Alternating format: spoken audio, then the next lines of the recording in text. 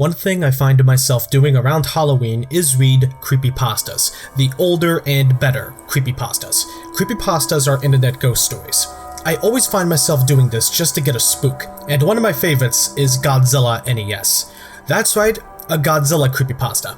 This is my favorite one of all time. It's 8 chapters, not including an epilogue, and has visual screenshots to add more realism and make it seem like it actually happened. This was without a doubt my favorite part of the story, and I always go back to it. The author of the story goes by the name of Cosby Def. If any of you want to give the story a read, I'll leave it in the description below. The base game used for this is a game called Godzilla Monster of Monsters on the Nintendo Entertainment System. Funnily enough, the pasta made me curious to actually play this game. In fact, the story has given this game much more relevance, and we're going to find out if it's any good or not. So what is up, people YouTube? It is I, Super Mariozilla, or you could call me Vinny, and today we are going to be doing my very first video game review.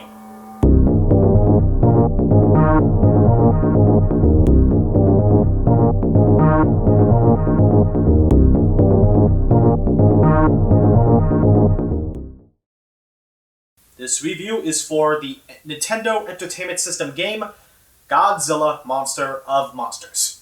So how will this review work? I don't know, actually. I'm just gonna, basically go with the flow here and just, see how it all works out. However, I'll be honest, I might end up a little bit frustrated because, well, this game is janky. I will go over why right now, so let's just pop the game in and give it a go. Alright, upon booting up the game, we have 3 options: New Game, Last Game, and Password Game. Let's boot up New Game for now. We got a story to go over. In the year 2000 XXX AD. Great start to the game. I'm going to assume that this takes place after the pandemic. The Earth receives a declaration. Okay, you know what? Screw it. I'll be a divorced, drunken ex-husband by the time I get past all this. Now, I don't know how you can make that more painful. Maybe by tying you to a chair, taking away your controller, and forcing you to watch that whole cutscene. Jesus, I haven't even started this game and already I'm complaining. Alright, here's the game. One board, and you can control both Godzilla and Mothra. We'll be starting with Godzilla. Well, the graphics for the NES are fine, but this game flickers and slows down like no one's business. I'm serious, there are sometimes so many enemies on screen it slows the game down, and makes the sprites flicker like crazy.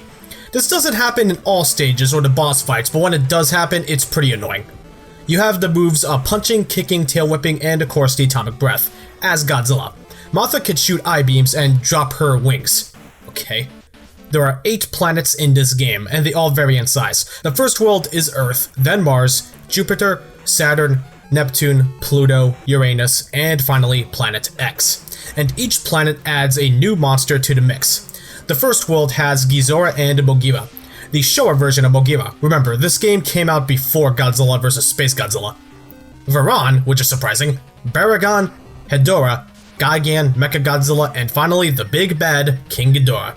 This game by no means is a cakewalk. Sometimes this game can be a bit cheap. Like here, Baragon keeps pitting me to the corner. Get off of me!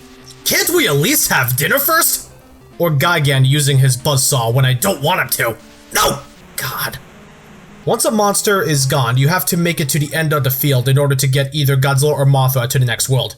Lose both monsters in the same world, and it's game over. If you lose a monster, you have the option to head to the end of the field with your remaining monster. When the other monster comes back in the next world, they level down a level. Oh yeah, this game has a level up system. The max level you can get is 16, and every time you level up, it can raise your power and health meters. However, unlike other games like Pokemon, there is no EXP bar. You'll have no idea how close a monster is to leveling up. And trust me, you'll need to. The monsters you'll run into can sometimes be higher level than you, and I hate to admit this, but I have been using some pretty cheap tricks on these guys. Like the glitch where you can infinitely tail whip Mogira and he'll never move. Or finding a blind spot against Gigan and Mechagodzilla as Mothra to just have all their attacks miss. The controls are responsive. A punches, B kicks, start does the power attacks, down crouches, and up jumps, which is honestly just funny to see Godzilla jump without any animation. But I gotta be honest, this game gets really repetitive after a while. Oh my god, the amount of times just to see some of the same graphics and enemies over and over again is just annoying. And you just have to mindlessly keep tapping the attack button as Godzilla to get past all these obstacles. Can we go back to the graphics for a second? Where the hell am I? Is this Earth? No. Oh, is that Earth up there? What even is all this crap? Are we on a secret moon or something? Look, we have rocky fields, volcanic lands, giant totem poles in an alien-like jungle?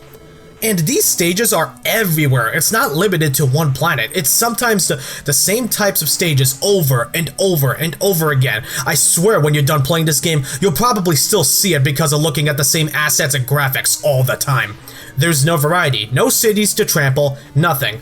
It's always get past these obstacles, then fight a monster. And the monsters can be really easy to defeat when you figure out a strategy for all of them as Godzilla or Mothra. Playing as Mothra in these stages is not much better, because you still have to get Godzilla to the end of the friggin' board just to reach the next planet. Mothra can fly over obstacles, which sounds like a dream come true, but no, not quite. Mothra gets knocked back every 5 seconds against everything. How is this fun? It isn't fun. That's irritating and defeats the whole purpose of flying. Isn't it enough to take the damage and get knocked back? Sometimes you'll end up in a pandemonium where you're forced to the bottom left of the screen and there's bullets everywhere you can't avoid because it knocks you the hell back and you lose more health as a result. You can get plenty of these health pickups to restore life, but sometimes it never comes when you're in a situation like this. What is that? Wait, what is that? What is that? Crap!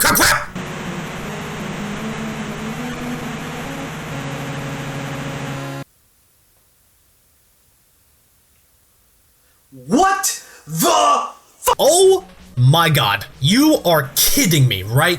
And you want to know the worst part? That was during the beginning of Planet Saturn, and Mothra can't do jack against the boss monsters because her I-beams are so weak.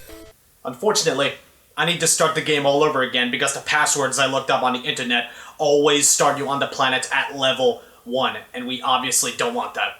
Follow my advice if you want to play this game. Don't. But if you must play this game, I will explain. So how do you continue? Well, there's the last game, but I honestly don't know how it works, so we need to go to the passwords.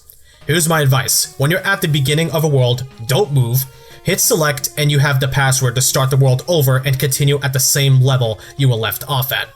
Move to other spaces, you get randomly generated passwords. These only work if you get a game over in the same setting. Resetting or turning the game off, and these passwords do not work. It was torture getting back to where I was, but I managed.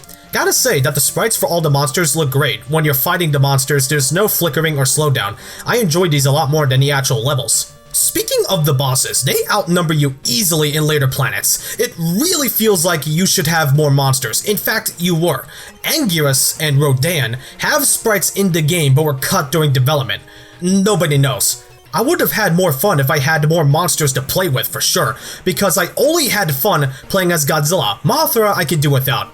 Planet X is one of the smallest worlds, and has all the monsters with King Ghidorah waiting for you at the opposite end. Also, the title screen music plays here. Honestly, that's cool.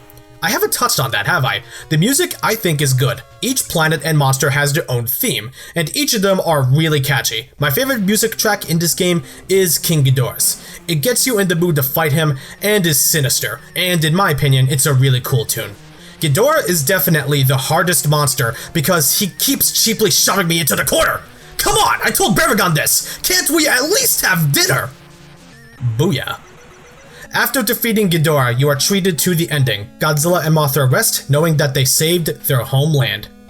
Holy crap, this game is not very good. I wouldn't say it's a horrible game, but it definitely has its problems. The game gets extremely tedious after a while, and frustrating when you die by cheap means. That's what ruins this game for me. Mothra adds to that equation because of how she plays here. It's crazy to think that such a mediocre game like this got famous all because of the Creepypasta. I can only recommend this game if you're curious about what it's like, or just a collector of Godzilla merch, including the video games. But as a game, I'm giving it a 4 out of 10. If anyone likes this game, I'm sorry. Keep enjoying the game by all means. Don't let my opinion affect your enjoyment of this game. Anyway, with that being said, I'm Super Mariozilla, and I am out. Make sure to hit that like button, subscribe, and comment, and I will see you all in the next video. Peace out.